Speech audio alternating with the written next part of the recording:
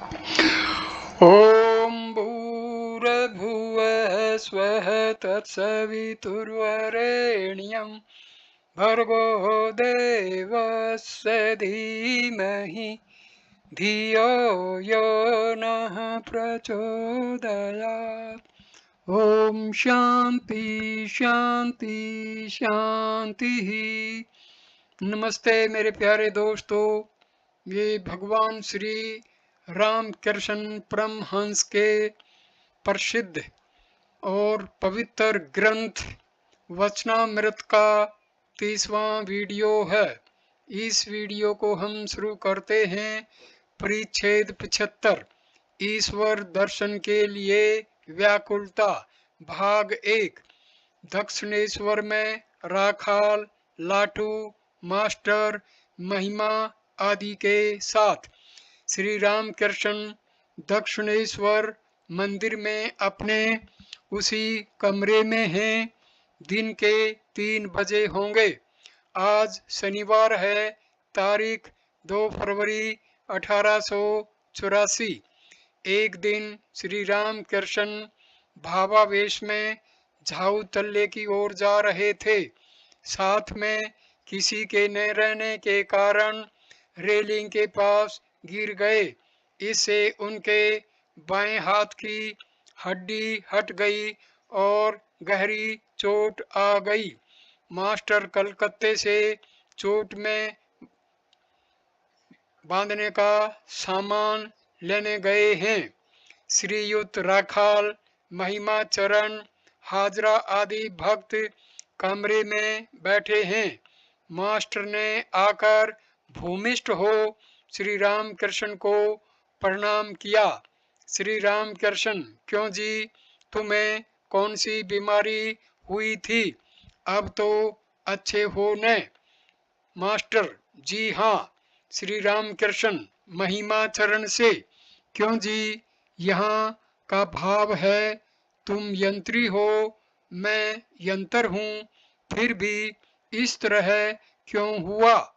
श्री रामकृष्ण खाट पर बैठे हैं। महिमा चरण अपने तीर्थ दर्शन की बातें कह रहे हैं। श्री रामकृष्ण सुन रहे हैं। 12 वर्ष पहले का तीर्थ दर्शन। महिमा चरण, काशी सिकरौल में एक बगीचे में मैंने एक ब्रह्मचारी देखा। उसने कहा, इस बगीचे में मैं 20 साल से हूँ, परंतु किसका बगीचा है वह नहीं जानता था। मुझसे पूछा, क्यों बाबू, नौकरी करते हो? मैंने कहा, नहीं। तब उसने कहा, तो क्या परिव्राजक हो? नर्मदा तट पर एक साधु देखा था, अंतर में गायत्री का जप कर रहे थे। शरीर पुलकायमान हो रहा था और वे इस तरह प्रणव और गायत्री का उच्चारण कर रहे थे कि सुनने वालों को भी रोमांच हो रहा था। श्री रामकृष्ण का बालकों सा स्वभाव है। भूख लगी है, मास्टर से कह रहे हैं, क्यों, कुछ लाए हो? राखाल को देखकर श्री रामकृष्ण समाधि मगन हो गए। समाधि छूट रही है। प्रकृतिस्थ होने के लिए श्री रामकृष्ण कह रहे हैं, मैं जलेबी खाऊंगा, मैं जल पीऊंगा। बाल स्वभाव श्री रामकृष्ण जगन माता से रोकर कह रहे हैं, ब्रह्मई, मुझे ऐसा क्यों कर दिया? मेरे हाथ में बड़ा दर्द हो रहा है। राखाल, महिमा चरण, हाजरा आदि के प्रति मेरा दर्द अच्छा हो जाएगा। भक्तगण छोटे लड़के को जिस तरह लोग समझाते हैं उसी तरह कहने लगे, अच्छा क्यों न होगा। श्री रामकृष्ण राखाल से, यद्यपि तू शरीर रक्षा के लिए है, तथापि तेरा दोष नहीं, क्योंकि तू रहने पर भी रेलिंग तक तो जाता नहीं। श्री रामकृष्ण फिर भावाविष्ट हो गए। भावावेश में ही कह रहे हैं, ओम ओम ओम। माँ, मैं क्या कह रहा हूँ? माँ, मुझे ब्रह्म ज्ञान देकर बेहोश न करना। मैं तेरा बच्चा जो हूँ, डरता हूँ। मुझे माँ चाहिए। ब्रह्म ज्ञान को मेरा कोटि कोटि नमस्कार। वह जिसे देना हो उसे दो। आनंदमयी आनंदमयी। श्री राम कृष्ण उच्च स्वर से आनंदमयी आनंदमयी कहकर रो रहे हैं और कह रहे हैं, इसीलिए तो मुझे दुख है कि तुम जैसी माँ के रहते मेरे जागते घर में चोरी हो जाया। श्री राम कृष्ण फिर माँ से कह रहे हैं, माँ, मैंने क्या अन्याय किया है? क्या मैं कुछ करता हूँ माँ? तू ही तो सब कुछ करती है। मैं यंत्र हूँ, तू यंत्री। राखाल के प्रति हंसते हुए देखना, तू कहीं गिर नहीं जाना। अभिमानवश स्वयं को कहीं ठगना नहीं। श्री राम कृष्ण माँ से फिर कह रहे हैं, माँ, चोट लग जाने से मैं रोता हूँ? नहीं, मैं तो इसलिए रोता हूँ कि तुम जैसी माँ के रहते मेरे जागते घर में चोरी हो। भाग दो। ईश्वर को किस प्रकार पुकारना चाहिए? व्याकुल होवो। श्री राम कृष्ण बच्चे की तरह फिर हंस रहे हैं और बातचीत कर रहे हैं। जैसे बालक ज्यादा बीमार पड़ने पर भी कभी कभी हंसी खेल की ओर चला जाता है। श्री राम कृष्ण महिमा आदि भक्तों से बातचीत कर रहे हैं। श्री राम कृष्ण सच्चिदानंद को प्राप्त नहीं किया तो कुछ न हुआ। भाई, विवेक और वैराग्य के सदृश और दूसरी चीज नहीं है। संसारियों का अनुराग अक्षणिक है, तभी तक है जब तक तपे हुए तवे पर पानी रहता है। कभी शायद एक फूल को देखकर कह दिया, आहा, ईश्वर की कैसी विचित्र सृष्टि है। व्याकुलता चाहिए। जब लड़का संपत्ति का अपना हिस्सा अलग कर देने के लिए अपने माँ बाप को परेशान करने लगता है, तब माँ बाप दोनों आपस में सलाह करके लड़के का हिस्सा तुरंत दे देते हैं। व्याकुल होने से ईश्वर जरूर सुनेंगे। जब उन्होंने हमें पैदा किया है, तब संपत्ति में हमारा भी हिस्सा है। वे अपने बाप, अपनी माँ है, उन पर अपना जोर चल सकता है। हम उनसे कह सकते हैं, मुझे दर्शन दो, नहीं तो गले में छुरी मार लूंगा। किस तरह माँ को पुकारना चाहिए? श्री राम कृष्ण बतला रहे हैं। श्री राम कृष्ण, मैं माँ को इस तरह पुकारता था, माँ आनंदमयी, तुम्हें दर्शन देना होगा। फिर कभी कहता था, हे दीनानाथ, जगन्नाथ, मैं जगत से अलग थोड़े ही हूँ। मैं ज्ञानहीन हूँ, भक्तिहीन हूँ, साधनहीन हूँ। मैं कुछ भी नहीं जानता। कृपा करके दर्शन देना होगा।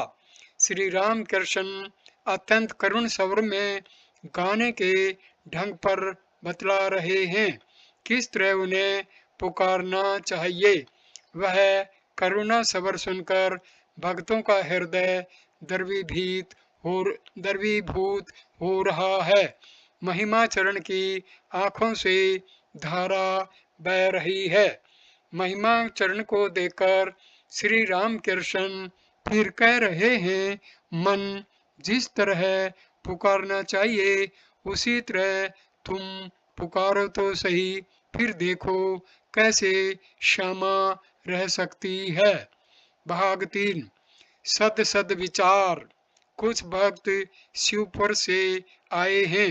वे लोग इतनी दूर से कष्ट उठाकर आए हैं। श्री राम कृष्ण और अधिक चुप न रह सके, चुनी हुई बातें उनसे कह रहे हैं। श्री राम कृष्ण शिवपुर के भक्तों से, ईश्वर हो, ईश्वर ही सत्य है और सब अनित्य। बाबू और बगीचा, ईश्वर उनका ऐश्वर्य है। लोग बगीचा ही देख लेते हैं, पर बाबू को कितने लोग देखना चाहते हैं। भक्त, अच्छा फिर उपाय क्या है? श्री राम कृष्ण, सद सद विचार, वे ही सत्य है और सब अनित्य है, इसका सर्वदा विचार करना और व्याकुल होकर उन्हें पुकारना। भक्त जी, समय कहाँ है? श्री राम कृष्ण, जिन्हें समय है वे ध्यान भजन करेंगे। जो लोग बिल्कुल कुछ न कर सके, वे दोनों समय भक्ति पूर्वक दो बार प्रणाम करें।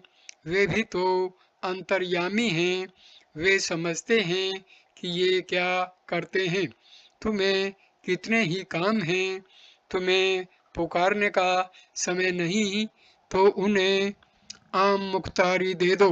परंतु अगर उन्हें पा न सके, उनके दर्शन न कर सके, तो कुछ न हुआ। एक भक्त, आपको देखना और ईश्वर को देखना बराबर है। श्री राम कृष्ण, यह बात अब फिर ने कहो। गंगा की ही तरंग है, परंतु तरंगों की गंगा नहीं। मैं इतना बड़ा आदमी हूँ, मैं अमुक हूँ, यह सब अहंकार बिना गए उन्हें कोई पा नहीं सकता। मैं रूपी मेढ़ को भक्ति के आंसुओं से भिगोकर बराबर जमीन बना दो। संसार क्यों है? भोग के अंत में व्याकुलता तथा ईश्वर लाभ। भक्त, संसार में क्यों उन्होंने रखा है? श्री राम कृष्ण, सृष्टि के लिए रखा है। उनकी इच्छा, उनकी माया, कामिनी कांचन देकर उन्हें रखा है। भक्त, क्यों भुला कर रखा है? क्या उनकी यह इच्छा है? श्री राम कृष्ण, वे अगर ईश्वरीय आनंद एक बार दे दें तो फिर कोई संसार में ही न रहे, फिर सृष्टि ही न चले। चावल की आड़त में बड़ी बड़ी गोदामों में चावल रहता है। चावल का पता कहीं चूहों को ना लग जाए, इस डर से दुकानदार गोदाम के सामने एक और गुड़ मिलाकर लावे खीले रख देता है। मीठा लगने से चूहे रात भर वहीं खाते रहते हैं। चावल की खोज के लिए उतावले होते ही नहीं। परंतु देखो, शेर भर चावल के 14 शेर लावे होते हैं। कामिनी कांचन के आनंद से ईश्वर का आनंद कितना अधिक है। उनके स्वरूप का चिंतन करने से रंभा और तिलोत्तमा का रूप चिता की भस्म के समान जान पड़ता है। भक्त, उन्हें पाने के लिए व्याकुलता क्यों नहीं होती?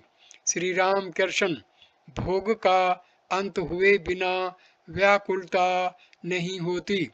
कामिनी कांचन की भोग वासना जितनी है, उनकी तृप्ति हुए बिना जगन्माता की याद नहीं आती। बच्चा जब खेल में लगा रहता है, तब वह माँ को नहीं चाहता। खेल समाप्त हो जाने पर वह कहता है, अम्मा के पास जाऊंगा। हृदय का लड़का कबूतर लेकर खेल रहा था, आ ती ती करके कबूतर को बुला रहा था। जब उसे खेल से तृप्त हो गई, तब उसने रोना शुरू कर दिया। तब एक बिना पहचान के आदमी ने आकर कहा, आ तुझे तेरी माँ के पास ले चलूं। वह उसी के कंधे पर चढ़कर चला गया अनायास ही। जो नित्य सिद्ध है, उन्हें संसार में नहीं घुसना पड़ता। जन्म से ही उनकी भोग वासना मिट गई है। 5 बजे का समय है। मधु डॉक्टर आए हैं। श्री राम कृष्ण के हाथ में पटरियां बांधें बांधेंगे। श्री राम कृष्ण बालक की तरह हंस रहे हैं और कहते हैं, ऐहिक और पार्थिक के मधुसूदन। मधु से हास्य, केवल नाम का बोझ ढोल रहा हूँ। श्री राम कृष्ण से हास्य, कोई नाम कम थोड़े ही है। उनमें और उनके नाम में कोई भेद नहीं है। सत्यभामा जब तुला पर सवरण, मणि और मुक्ताएं रखकर श्री कृष्ण को तोल रही थी, तब वजन पूरा न हुआ। जब रुक्मिणी ने तुलसी पर कृष्ण नाम लिखकर एक ओर रख दिया, तब वह वजन पूरा हुआ। अब डॉक्टर पटरियां बांधेंगे। जमीन पर बिस्तर लगाया गया। श्री राम कृष्ण हंसते हुए बिस्तर पर आकर लेटे, गाने के ढंग से कह रहे हैं, राधिका की यह दशम दिशा है। वृंदा कहती है, अभी न जाने क्या क्या होगा। चारों ओर भक्तगण बैठे हैं। श्री राम कृष्ण फिर गा रहे हैं। सब सखी मिली बैठल सरोवर कूले। श्री राम कृष्ण भी हंस रहे हैं और भक्तगण भी हंस रहे हैं। बैंडेज बांधना समाप्त हो जाने पर श्री राम कृष्ण कह रहे हैं, कलकत्ते के डॉक्टरों पर मेरा उतना विश्वास नहीं होता। शंभू को विकार की अवस्था थी। डॉक्टर सर्वाधिकारी कहता था, यह कुछ नहीं है, दवा की नशा है। उसके बाद ही शंभू की देह छूट गई। भाग चौथा। मुख्य बात, अहेतु की भक्ति, अपने स्वरूप को जानो। संध्या के पश्चात श्री मंदिर में आरती हो गई।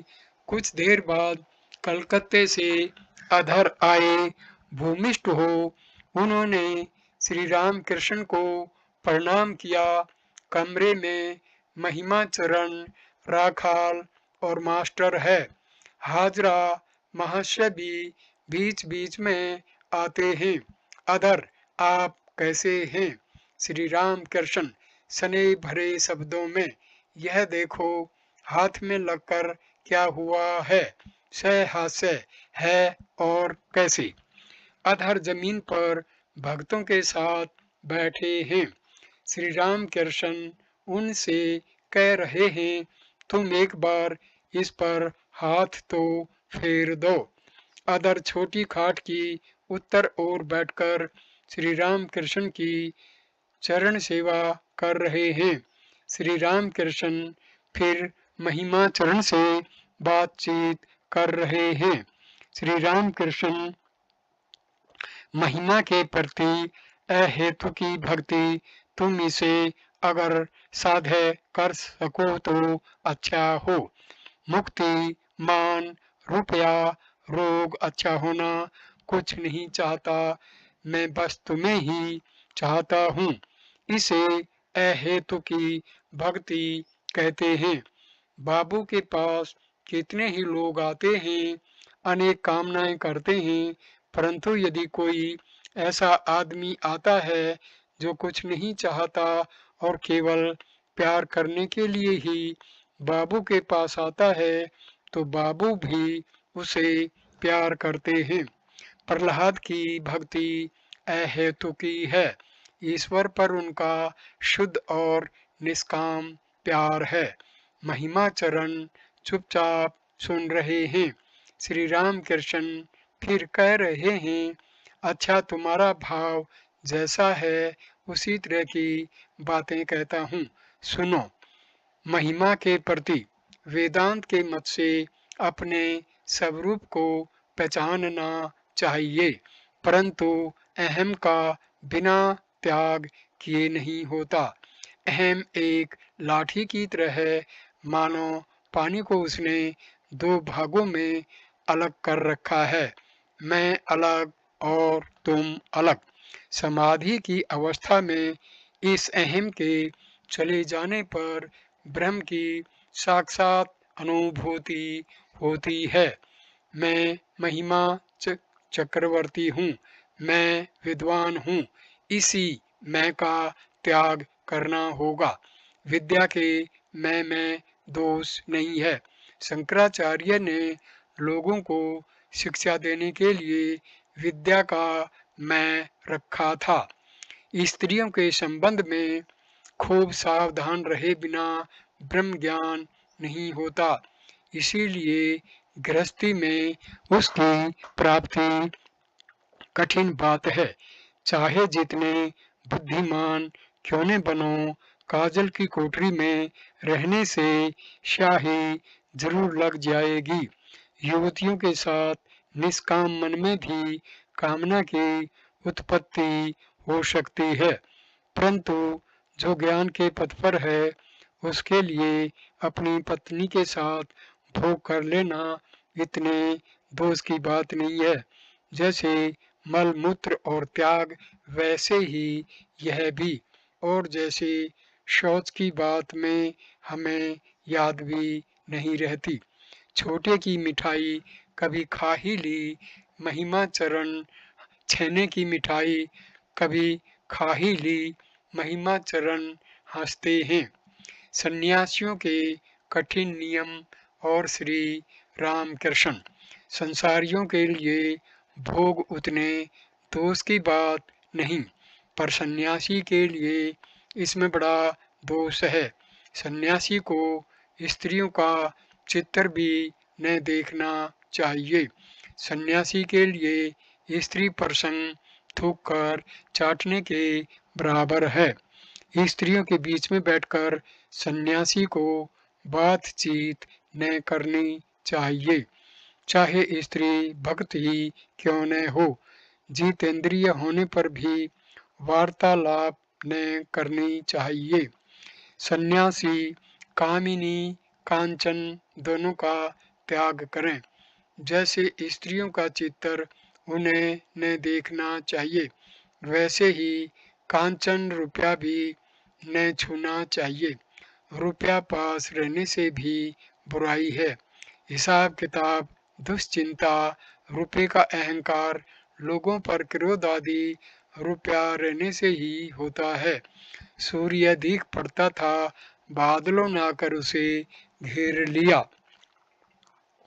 इसीलिए तो मारवाड़ी ने जब हृदय के पास रुपये जमा करने की इच्छा प्रकट की, तब मैंने कहा यह बात न होगी, रुपये पास रहने से ही बादल उठेंगे। सन्यासी के लिए ऐसा कठोर नियम क्यों है? उसके मंगल के लिए भी है और लोगों की शिक्षा के लिए भी। सन्यासी यद्यपि स्वयं निर्लिप्त हो, जितेंद्रिय हो, तथापि लोगों को शिक्षा देने के लिए उसे कामिनी कांचन का इस तरह त्याग करना चाहिए। सन्यासी का 16वां आना त्याग देखकर ही दूसरे लोगों को साहस होगा, तभी वे कामिनी कांचन छोड़ने की चेष्टा करेंगे। त्याग की यह शिक्षा यदि सन्यासी ने देगा तो कौन देगा? उन्हें प्राप्त कर लेने पर फिर संसार में रहा जा सकता है, जैसे मक्खन उठाकर पानी में डाल रखना। जनक ब्रह्म ज्ञान प्राप्त कर संसार में रहे थे। जनक 2 तलवारें चलाते थे, ज्ञान की और कर्म की। सन्यासी कर्मों का त्याग करता है, इसलिए उसके पास एक ही तलवार है, ज्ञान की। जनक की तरह का ज्ञानी संसार पेड़ के नीचे का फल भी खा सकता है और ऊपर का भी। साधु सेवा, अतिथि सत्कार ये सब कर सकता है। मैंने माँ से कहा था, माँ मैं सूखा साधु न होऊंगा। ब्रह्म ज्ञान लाभ के पश्चात खान पान का भी विचार नहीं रहता। ब्रह्म ज्ञानी ऋषि ब्रह्मानंद के बाद कुछ भी खा सकते थे शुक्र मास तक। 4 आश्रम, योग तत्व और श्री रामकृष्ण। महिमा चरण से संक्षेप में योग 2 प्रकार के हैं, कर्मों के द्वारा योग और मन के द्वारा योग। ब्रह्मचर्य, गारहस्थ्य, वानप्रस्थ और संन्यास। इनमें से प्रथम तीनों में कर्म करना पड़ता है। सन्यासी को दंड कमंडल और भिक्षा पात्र लेने पड़ते हैं। सन्यासी चाहे कभी कभी नित्य कर्म कर ले, परंतु उसके मन में कभी आसक्ति नहीं होती, उसे उन कर्मों का ज्ञान नहीं रहता। कोई कोई सन्यासी कुछ कुछ नित्य कर्म करते हैं, परंतु वह होता है लोक शिक्षा के लिए। गृहस्थ अथवा दूसरे आदमी यदि निष्काम कर्म कर सकें तो उन कर्मों के द्वारा उनका ईश्वर से योग हो जाता है। परमहंस अवस्था में जैसी सुखदेव आदि की थी, कर्म सब छूट जाते हैं। पूजा, जप, तर्पण, संध्या, ये सब कर्म। इस अवस्था में केवल मन का योग होता है। बाहर के काम कभी कभी वह इच्छा पूर्वक करता है लोक शिक्षा के लिए, परंतु वह सदा ही स्मरण और मनन किया करता है। भाग 5, सत्व पाठ। बातचीत में रात के 8 बज गए। श्री रामकृष्ण महिमाचरण को शास्त्रों से कुछ सत्ववादी सुनाने के लिए कह रहे हैं। महिमाचरण एक पुस्तक लेकर उत्तर गीता के आरंभ में ही पर ब्रह्म संबंधी जो श्लोक हैं वही सुनाने लगे। यदेकम निष्कलम ब्रह्म व्योमा अतीतम निरंजनम अप्रत्यक्कृत्य विज्ञेयम विनाशो उत्पत्ति वर्जितम। फिर तृतीय अध्याय का 7वां श्लोक पढ़ते हैं। अग्निर्देवो दिव्यजातीनां मुनीनां हृदय देवतम प्रतिमा सौपल बुद्धिनां सर्वत्र समदर्शिनाम। अर्थात ब्राह्मणों के देवता अग्नि हैं, मुनियों के देवता हृदय में हैं, स्वल्प बुद्धि मनुष्यों के लिए प्रतिमा ही देवता हैं और समदर्शी महायोगियों के लिए देवता सर्वत्र हैं। सर्वत्र समदर्शिनाम, इस अंश का उच्चारण होते ही श्री रामकृष्ण एकाएक आसन छोड़कर खड़े हो गए और समाधि मगन हो गए। हाथ में वही लकड़ी और बैंडेज बंधा हुआ है। भक्तगण चुपचाप इस सर्वदर्शी महायोगी की अवस्था देख रहे हैं। बड़ी देर तक इस तरह खड़े रहने के बाद श्री रामकृष्ण प्रकृतिस्थ हुए। फिर उन्होंने आसन ग्रहण किया। महिमाचरण को अब हरि भक्ति वाले श्लोक पढ़ने के लिए कह रहे हैं। महिमाचरण नारद पंचरात्र से। अंतर्बहिर्यदि हरि सत्पसः ततः किम न अंत बृहयदि हरिस्पतः ततः किम आराधितो यदि हरिसत्पसा ततः किम नाराधितो यदि हरिसत्पसा ततः किम विरम विरम ब्रह्मन् किम तपस्यासु वत्स व्रज व्रज दिवज शिखरम शंकरम ज्ञान सिंधुम लब लब हरि भक्तिम वैष्णवोक्ताम सुपक्वाम भवन्नी बंद छेदनी कर्त्रीम च। श्री रामकृष्ण आहा आहा, भांड और ब्रह्मांड, तुम ही चिदानंद, ना अहम ना अहम। श्लोकों को सुनकर श्री रामकृष्ण फिर भावावेश में आने लगे। बड़ी मुश्किल से उन्होंने भाव रोका। अब यति पंच का पाठ हो रहा है। यस्मा यस्मा दिकं कल्पित इंद्रजालम चराचरम भाति मनोविलासम सच्चित सुखैकम जगतात्मा स्वरूपम सा काशी का अहम निज बोध रूप है।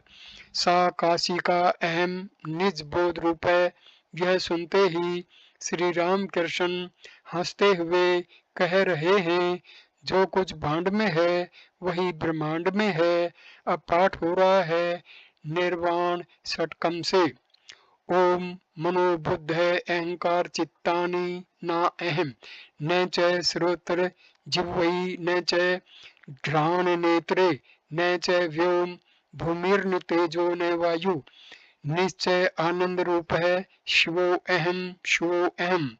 जितनी बार महिमा चरण कह रहे हैं चिदानंद रूप शिवो अहम, उतनी ही बार श्री राम कृष्ण कह रहे हैं ना अहम तुम चिदानंद हो।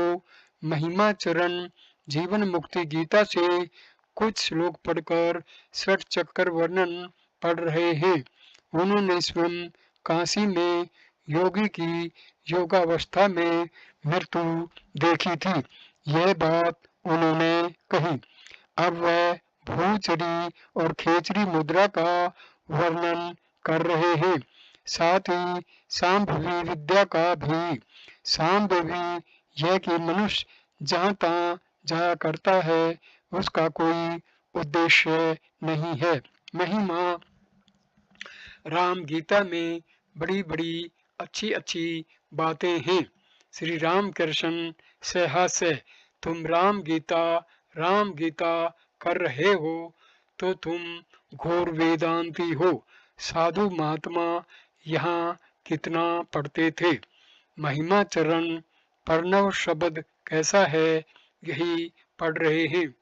तेल धारम विछिन्नम दीर्घ घंटा दावत, फिर समाधि के लक्षण कह रहे हैं। ऊर्ध्व पूर्ण अधः पूर्ण मध्य पूर्ण यदा तक कम सर्व पूर्णम स आत्मेति समाधिस्तस्य लक्षणम। अधर और महिमा चरण प्रणाम करके विदा हुए। भाग 6। श्री राम कृष्ण की बालक जैसी अवस्था। दूसरे दिन रविवार है, 3 फरवरी 1884।